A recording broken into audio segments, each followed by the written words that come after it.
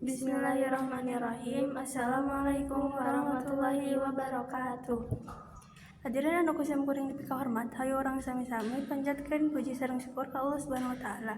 Teu hilap salawat sarta salam urang curahkeun ka Nabi Muhammad sallallahu alaihi wasallam ka kulawargana, ka sahabatna, sareng ka umatna nepi ka akhir zaman. Salaku pambawa acara rekan abdi dinten ieu bade maca heula jadwal acara. Susunan acarana nyaeta nu kahiji bubuka, nu kadua sambutan kepala sekolah, nu katilu pembacaan ayat suci Al-Qur'an, nu kaopat penghargaan pikeun siswa berprestasi, nu kalima panutup. Langsung wae kana acara nu kahiji nyaeta sambutan kepala sekolah. Teras ka acara kadua nyaeta pembacaan ayat suci Al-Qur'an.